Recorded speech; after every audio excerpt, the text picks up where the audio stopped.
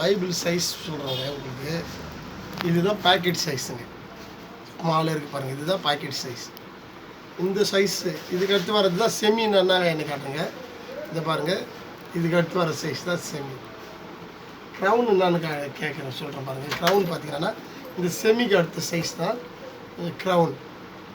Crown size. அதை விட பெருசு க்ரௌன். கொஞ்சம் க்ரௌன் சைஸ்ன்றது இது தான். இப்போ வந்து சொசைட்டியில் க்ரௌன் போடுறதுல செமி தான் இருக்குதுன்றாங்க அவைலபிளாக.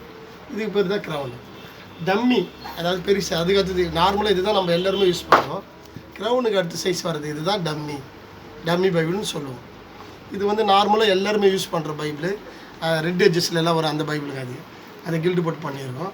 அடுத்தது பார்த்திங்கன்னா உங்களுக்கு வந்து ராயல் வரும். ராயல் வந்து பார்த்திங்கன்னா டம்மி சைஸுக்கு அடுத்து வர்றதுக்கு பேர் தான் ராயல், பெரிய சைஸ். இந்த ராயல் சைஸ் வரும். நேம் பரிசுத்த வேதம் பேர் போட போகிறேன். உங்களுக்கு எக்ஸ்பிளைன் பண்ணுறதுக்காக எல்லோரும் கேட்குறீங்க டம்மி என்னன்னாங்க ஐயா, ராயல் என்னன்னா அந்த சைஸ் சொல்லியிருக்கேன், விலாவாரியாக சொல்லியிருக்கிறேன். God bless you. கர்த்தர் உங்களை ஆசீர்வதிப்பாராக. பரிசுத்த வேதாகமத்தை எடுத்து வாசித்து யோசித்து நடங்க, வாழ்க்கை நலமாக இருக்கும்.